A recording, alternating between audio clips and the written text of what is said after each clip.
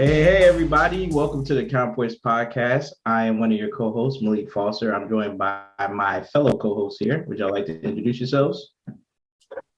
Yes, I'm one of your co-hosts. My name is Samantha Adams.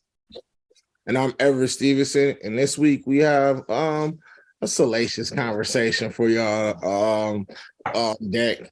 One in which we look at the issue of, we discuss, do men talk about sex more than women, or is that just the overall perception, right? Like generally we know that there's a common perception that is that, all men, think about his sex or talk about his sex when, having conversations with women, and not necessarily all, but majority, or there's a high likelihood that that's, the conversations are more likely to be sexually dominated, or of a subject matter of sex when dealing with men talking to women. However, we wanted to look into that subject to see, do men talk about sex more, whether it's to the opposite sex, or same with their, homosexual couple versus with their peers, who actually has that conversation about sex more. And so we wanted to go ahead and look into that topic and let's discuss it, guys. Like, what do you guys think? Is it something that men talk about more, or is it something that women talk about more? Yeah, so this topic brought about because actually, I was thinking about several discussions I had with some friends. I was also thinking about rest in peace, Kevin Samuels, and some of the things that they were saying on his show, which I was thinking about the microcosm that could be like a microcosm of Black society, how some of those women felt about sex and relationships. Like that could be even a factor for divorce, right? When they say all men care about is sex, what about on the women's side? Like they'll even divorce their husbands because maybe they're not being pleased in a sexual manner.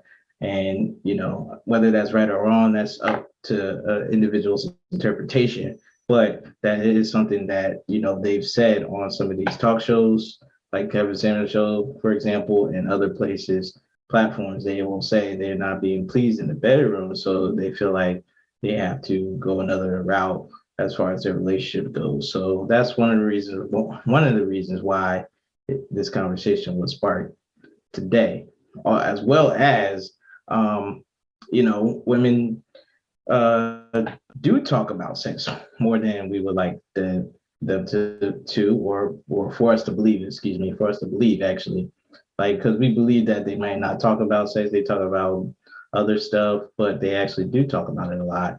And Sam is our female co-host. She can shed more light into it, but I just wanted to give y'all a little background what sparked the conversation, but she can give us insight on it. Go ahead, Sam. Yeah, before I say anything, I just wanted to try to clarify something that you said. You were saying that women talk about sex more often than people think, or more often than people would like. That's what I just wanted to clarify. Well, both. I think both. But I think both for my side, like often than I probably would like to hear nowadays. Like in the past 5 years, Yep. I feel like I've heard it more than like 10 years ago. I hear it more 5 years ago. That's just lit the match on the onset. One second, you lit the match on the onset. So listen, women, I think that men think about sex more often than women, but I think that men and women today speak about it probably about as frequently as one another, in part for one of the reasons that you mentioned, right? Society has created an image of women where women are supposed to be prude. That's stemming back from back in the day, right? Prude, very quiet about sex, because women were essentially used for sex, right? Well, women are objects. Women often objectify themselves even today, right? But that doesn't mean that women should not have fun when they're having sex, or should not be pleased when they're having sex. And I think having these open discussions, the sexual revolution has definitely played a huge part and women being more free to discuss sex. I don't think there's anything wrong with it, right? When God created man and woman, be fruitful and multiply, and he created sex so that it could be pleasurable for both people, right? And I think that women should be able to speak more freely about sex so that, you know, it can be pleasurable for them. You have to be open with your partner, you know, to let people know, to let them know, you know, what makes you happy. Because when you don't, that's when you run into problems, right? That's when people start cheating, going to seek what they want from other places. That's where divorce comes in. And I think that the older you get, the more you learn what you like, what you want, what you don't like. You should definitely be more vocal about those things so that you can get what it is that you want and what you like. You know, not speaking up on it, you're just gonna find yourself in an unhappy space. It doesn't make sense. And I don't know what you mean by as often as you think, as you would like to hear it. I mean, it's sex. If a man can talk about it 5 times a day, a woman should be able to talk about it 5 times a day. That's just, you know, my opinion about that. I don't think that, you know, I do think that it's a little off-putting because men are not used to it. And I think that especially too, because women are so free about it, you know, it creates this image, right? Where it's like, oh yeah, you women shouldn't be having these conversations, saying these types of things. But when I was growing up, even when you're looking at music, right? When I was growing up, the music was sexually explicit then, right? And people my age now who are, you know, the adults are like, oh no, I don't think you should be listening to that. I had this discussion, because you guys know I'm on tag. I had this discussion yesterday. Like, you know, I played a song by Glorilla, 99 Problems, and people are, I think that she portrays a bad image for this generation. And then I turned around right after that and played Akinelli, which came out when I was in high school. You see what I'm saying? It's like that song is just no less explicit. Matter of fact, the 99 Problems isn't even as bad as the Akinelli song. And the Akinelli song came out back in the 90s. So, you know what I'm saying? I think that we need to stop. I think we need to take a step back and really look at what's going on here, because I don't think that women should be limited in what they talk about, how often they talk about it, and things of that nature. I would agree with the statement. I think that, you know, traditionally women have been kind of viewed as not really ones to initiate the conversation about sex or even initiate sex per se in the past. But I think now that we live in a more liberal day and age, I think it's more common for us to see that. I think we see it a lot more, like you said, within the music and some of the artistry from some of the mainstream artists that, you know, generally are the ones that we hear on the radios and things of that nature. I think, you know, it also can be found in some of the content that we see a lot of times. You know, there's like a quote where some women say like, okay, they want guys in the six club, where, you know, and that kind of referencing to, you know, finances of a guy, you know, the shape of a man's, you know, genitals, the sizing of a man's genitals, as well as what else is it? Like 6 figures. Oh, and the height of a man. So those type of things, you know, we do see a lot more women being more vocal about the things that they like. And again, you know, now that you mentioned it, I think another song that we heard back in the day was the Kia song, you know, My Neck, My Back. That was a song that was kind of like when women was talking about stuff where, you know, it was like, oh, it's brought a little forward. Then I think more recently, we heard it in like the Janelle, what's Big Sean's baby mama or girlfriend, when she said the line about eat the booty like groceries or something like that. That line, booty like groceries. Yeah, booty like groceries is Janae Icon. Thank you. That caught like the wind of a lot of people, and they heard that and was like, okay, you know. So I definitely think that excuse me one second. I definitely think that it's something that, you know, we see a lot more in society, you know what I'm saying, and that's going on. So I would almost take the conversation back and say, generally it used to be maybe men that were more about having those conversations, but in today's society, I really think it's more both, you know what I'm saying, depending on whether how comfortable that woman feels around a man, and maybe whatever her intentions are with that guy, you know what I'm saying. She may, there's a lot of times where we hear women say stuff like, well, maybe all I want is just that from that person. So I think it's more balanced nowadays.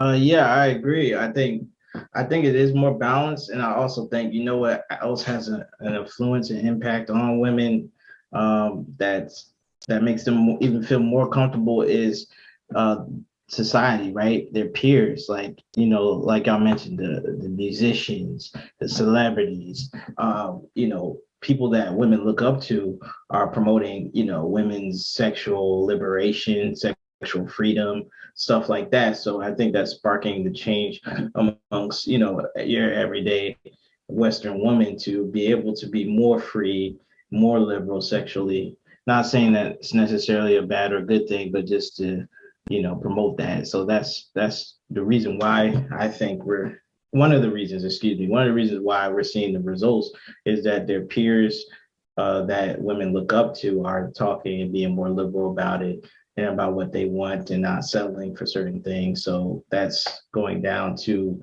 your everyday woman, your working class woman, and not just a high profile woman and a celebrity woman. So I think that's one of those things. Also, stereotypes, right? I think we addressed some of the stereotypes that women are very conservative. They don't like to be pleased sexually. They don't really like sex that much. They just do it to please a man, which is definitely not the case. I say they like it a lot based off of my own anecdotal evidence and what you hear from other people. I know, Sam, you can vouch a little bit more for the women than I can, but yeah, so I think that's just a stereotype that is not true. That women aren't into sex that much, and we're seeing that, right, in this whole liberal feminism, all kinds of sexual freedom movements. We're seeing that women enjoy sex, so I definitely think that's a stereotype that's false. I think as it relates to peer groups, I think that the first thing that you touched on, I think the influence of music, of society, and of all the other things that are going on as it relates to the discussions about sex, right, amongst women, it gives more freedom to younger generations to be able to speak about it, which I don't necessarily think is always a bad thing, right? Like, yeah, of course, children should not be talking about sex, but at the same, that's up to a parent to, protect and guide their children as to what it is they're being exposed to. But you want people to be able to figure out what it is that they want at younger ages. You know what I'm saying? And so as long as people are finding out what it is that they want at a younger age, they're maturing a little quicker in that area. And so it's better to have these conversations also too, so that you can find out what you like. Because a woman's body is complex. You see what I'm saying? It's not just some simple thing. And so, to learn more and to have these open discussions, it really helps to guide females through, the sexual maturity that they need to have, rather than trying to figure it out later on. Or just being in a situation where you're finding that you're not happy and all of that. You know what I mean? So yeah, it's probably best to figure it out at a younger age. Like, you're not middle age and like, I don't even like that. Like, you want to be able to find that out earlier. And you don't even necessarily always have to have all these sexual experiences unless that's what you choose to do. You see what I'm saying? Like, sometimes having these open discussions and things like that will help you to figure that stuff out earlier rather than later. And that's what I wanted to say as it related to the peer groups, but as far as stereotypes are concerned, there's definitely there are definitely all sorts of stereotypes, because now it's like when you have women that are more open sexually, people are starting to look at them like they're a hoe. Excuse my language, but that's kind of how it's viewed. Why? Because that's what society does. Those are the types of stigmas that society places on people. And I say people because, yeah, it's more so on women. It does happen with men, but not anywhere near as often. Yeah, I was gonna say in regards to the peer group, I think it also depends on the age of the individuals, right? Like I think, when you're in middle school or high school coming up, you guys having those conversations in regards to, oh, maybe, somebody kissing someone, or, maybe even doing a little bit more at sometimes for some individuals. And then you have those conversations. And I think to what the point that Sam was making, and in regards to you doing it with those peer groups, that kind of can shape maybe your experiences or things that you choose to experience with your partner. I can remember at one point in time, when you were younger, or when we were younger, it was considered to be, like weird to, to give head to a woman or whatnot. Clordeliness, I believe, is a term. But as you Clungalingus, pardon me, thank you. As you get older, it's something like where you look at it and you say like to yourself, like, okay, no, like that's something that I may like to do or to perform on my spouse in order for them to, enjoy the activity just as well. So I think the age in your peer group can also kind of help dictate maybe the experiences that you have based off of you guys' knowledge of the time and your experiences. So while I think, at some points it gets a little bit better, it gets a little bit different. And then like you also have different experiences that will dictate maybe how you guys choose about going about it. I do think that, it's more of a conversation that's brought up highly with their peers between men and women. Like they might have the conversation a lot more with their peers than their significant other in some senses. Just because it's like it gives people a chance to kind of come and bond. I know like nowadays as an older guy, you kind of think back on it and it's like, it's not necessarily something that you do as much as you may have when you were younger, you know what I mean? Just out of one respect for your partner, you might not want individuals to know things about how your partners move and things that they do. But when you're younger, they're looking at a life like things that for a lifetime, and so you may share certain information about things that you've experienced with someone. So I also think that's another factor that goes into it. I think in an older age, women may be more willing to talk about things that they do with their partners than say a male maybe. I think males might bring it up in the level of frustration. I think females might bring it up in the level of either it could be frustration as well, but a lot of times I think it's more like about the enjoyable things, and they might come and brag to their friends about the things that their partner may have done to them. Where guys normally not gonna come bragging about all of the stuff that their true significant other did. So that's one of the things I think when it comes to peer groups and how sex is talked about within that, as well as some of the stereotypes with that. And now I do think that this leads conversations to have a double standard, because again, when women talk about it publicly, there's those type of views where it's like, oh, she's, promiscuous. Oh, she's, out there in the sense of a word. But, at the same time, that might be what guys like, you know what I'm saying? A woman to do those type of things. But it's like if she talks about it, and it's like, oh, now she's the wrong one. But you want somebody that's going to be quiet and still do the same things. But if the quiet person doesn't have anyone to talk to, she wouldn't know that those are the type of things that you really want. So that's why it's like, I do think it's a double standard, because guys can talk about it openly and freely about, their escapades and things of that nature, and not necessarily get viewed as much as the same way as if a female came out and spoke about her escapades and how society would look at her. While I do think that that's in part because of the fact that, the value that men may place on a woman's body over the value that a woman may place over, her own body or another male's body. I don't think that women care so much if their partner hasn't been as experienced, I do, and again, Sam, you can speak to it. I do know that they probably don't want someone that's just been around as far as considered community. But I do know that like it's not necessarily something that they may look at and say, oh, well, you had this many partners, I'm straight on you. Whereas like some guys claim to act like, oh, if they know that a woman had so many partners that they don't want to deal with them.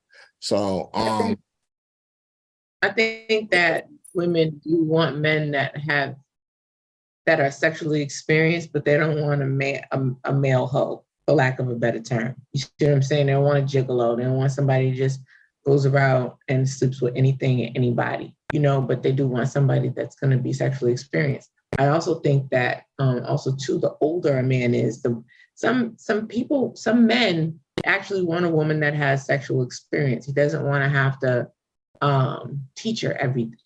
But then on the flip side to that, there are definitely men that want a woman that is not sexually experienced at all, right? That goes to his ego to a degree. And I think that's just one of those things that's to each his own. But I think when people have those types of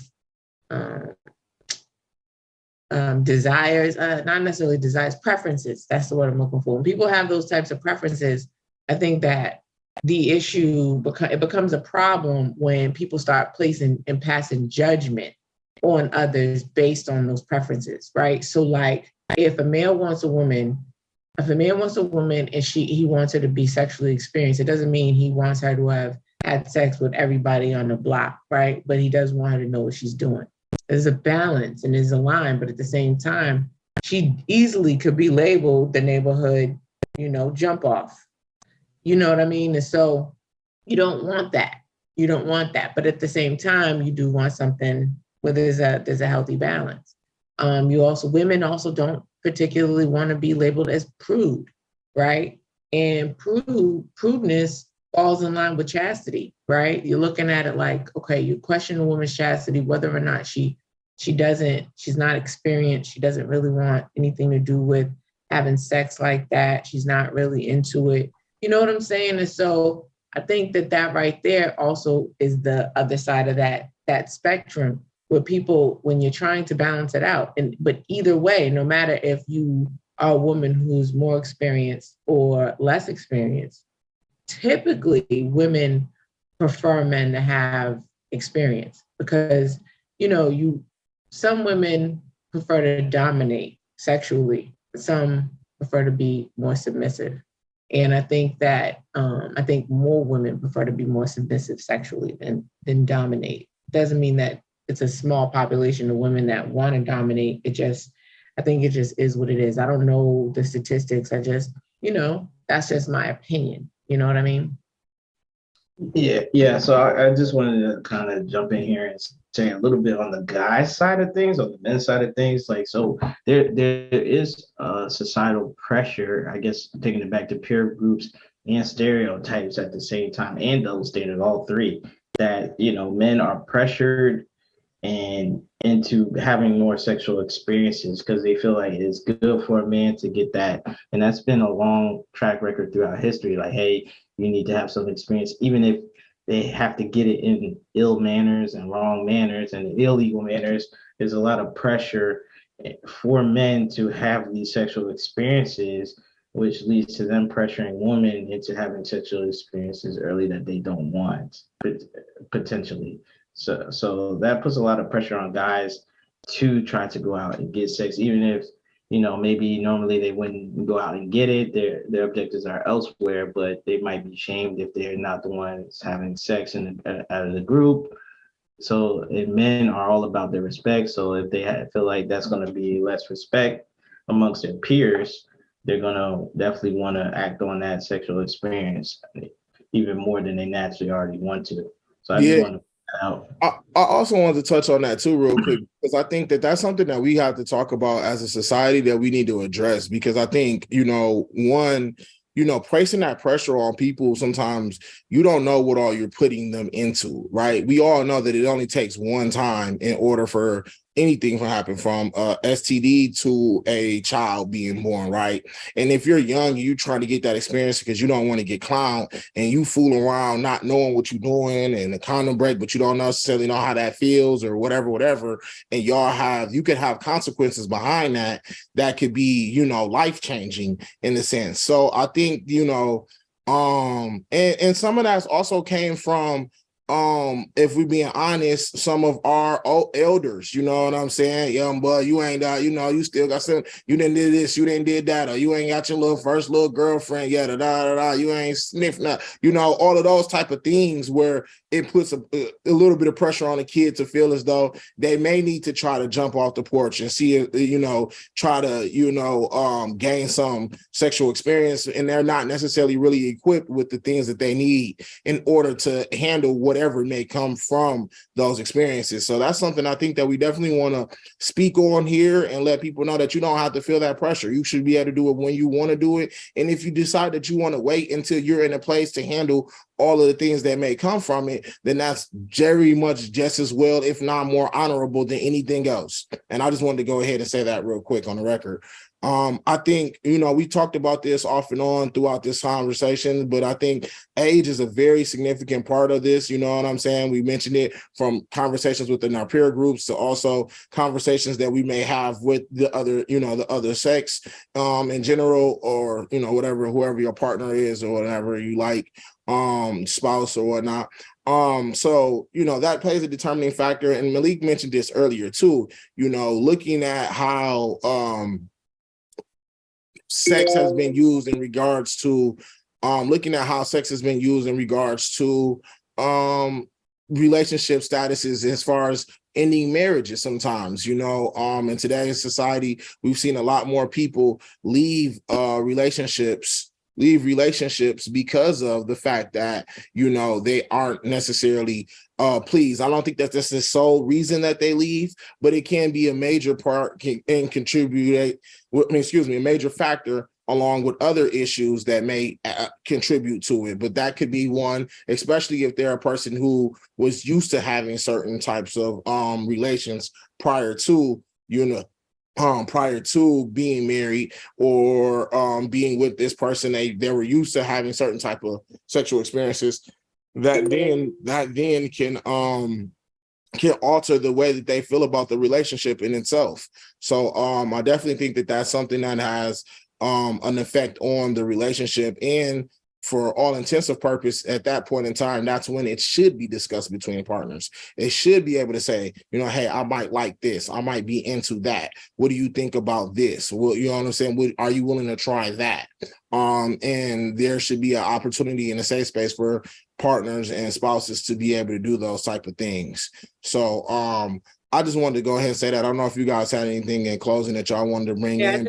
I wanted to add to what you just said. I think that is important. I think you made a very, very important point about pressure, right? Like people should not feel pressured into, engaging in any type of sexual activity. I don't think that's a safe place to be in. Either, no matter if you are young, right? Especially if you're young, right? When you don't even know if you're ready, you don't know if this is what you really want to be doing, and you're just doing it because their uncle was like, oh yeah, nephew, you know what I mean? And, we all know society tells boys to hurry up and girls to wait, right? And so that creates a conflict. Those are two opposing things. So it creates issues, and that's where pressure comes in. And I think that people, so I think the younger you are, the more you should just chill out, wait. But when you get into your adulthood, right? And you really are figuring out things, I think it's better to be more free in your discussion and really sitting there talking, and so that you can have those kinds of discussions, so you can avoid things like pregnancy and STDs. First of all, avoid STDs completely and avoid pregnancy if you're not ready for a child. You know what I'm saying? And or even if you are not ready, you need to be able to have those conversations with whomever you're having sex with, because you got to know whether or not y'all are on the same page as it relates to that, right? So I think that that also is very, very important. So that's what I wanted to say about age. And I already touched on, divorce and people being in these relationships and they're not being sexually pleased, which can create room for people to go cheat, people to go do other things, not be satisfied, and even leave. Doesn't happen with everybody, but it does happen. And so, I think that people just have to be more open and responsible. I think those two things need to go hand in hand when you're talking about sex. And as far as women, having that discussion about sex versus men, I do believe that women talk about sex just as much as men. I just think men think about it a little bit. Right. And my closing statements is yes, is this. I think there is a lot of pressure on men to have sex and less on women. And women want to, they feel like there needs to be some sort of equality in society, and they feel like they should be able to have that same sort of same be able to do the same thing as men do. So be as promiscuous as men, and there shouldn't be any problem with that. Even though, generally society has had a problem with promiscuous women, even though it's being a little bit lessened these days in the West and Western society, especially in the United States. However, I do believe both genders, both sexes, it should still be the same across the board. Like, take your time, be educated, stuff like that for both genders. I really think that because obviously it could lead to divorce, which is the last subtopic we're discussing here. And divorces can be nasty and cruel, like not only affect you emotionally, financially, and it can be a permanent scar that's hard to heal from. So the consequences could be major if there's not that connection there. So that's what I wanted to say about that. I know E wants to talk about the book of the month and the Black business. So go ahead, E. Thank you, Malik. So again, this month's book of the month is 50 Cent, Hustle Harder, Hustle Smarter. Again, an excellent book that talks about some of the experiences that 50 dealt with in his personal life as well as in his business life, when dealing with, partners, children, baby mothers and things of that nature, children, gaining businesses, people in the industry, friendships, converting from one industry to another industry within the entertainment industry, and how he was able to make that transition. So excellent book. I recommend anybody to listen or grab it or listen to it if you have the ability to do audio books. Our business of the month this month, our Black business of the month this month is Active Faith Sports. This is a business that was created by a former NFL player who has a business that was based around, sportswear that is affordable, as well as that comes with a meaning and a message behind it. So Active Faith Sportswear is the name of that company. And last but not least is our motivational minute. This week is a little more on the funnier side, because this topic is one that we wanted to kind of have a lighthearted view of in regards to. And it is a quote from the great, I don't know if he's great, but Richard P. Feynman, who stated that science is like sex. Sometimes something useful comes out, but that's not the reason we do it. And I thought that was kind of fitting for this topic, seeing as how, again, a lot of times people have sex a lot of times, not necessarily to be fruitful and procreate, as one of my co-hosts said earlier, but they may do it for personal pleasure reasons, and while yes, it's initially has been used to procreate on this earth, but it can also be used for pleasurable purposes. And just like science, a lot of times, a lot of experiments have been done in order for us to have the advancements in society. But then there's also times that people have done things just because they wanted to see something go boom or blow up or combust. So, science and sex are kind of similar in that regard. So with that, I want to thank everybody for coming by and watching the show. I want to let you guys know we're going to definitely be on it. We have our What's Up Wednesdays. That's every Wednesday on Instagram Live. You can catch us around 8:30. Our socials will be posted up here momentarily. You guys can reach out to us if you have any questions, any comments, anything that you may want to see us to speak about.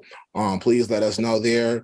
And with that being said, this is a great topic. We're going to go ahead and wrap this up. I don't know if any of my other co-hosts have anything that they want to add, but otherwise. I want to add two things. Number one, be watching this, got posted Saturday around 1:30. And also two, make sure you go ahead and hit that like, share, subscribe button, tell a friend and all that. And if you want to be on the show, aside from just giving us a topic, if you want to be on the show, please feel free to go ahead and DM us. Let us know. Let us know in the comments, whatever you got to do so we can go ahead and have you, because we enjoy company. So that was all that I needed to add. Malik, did you have anything? Yeah, I was gonna say, if y'all want us to talk about something, you can send us a message, and remember to like, share, subscribe, and tell a friend. That's it. Thank you guys for watching, and stay tuned for the next episode and What's Up Wednesday on Wednesdays. Peace. Wednesday. I see y'all.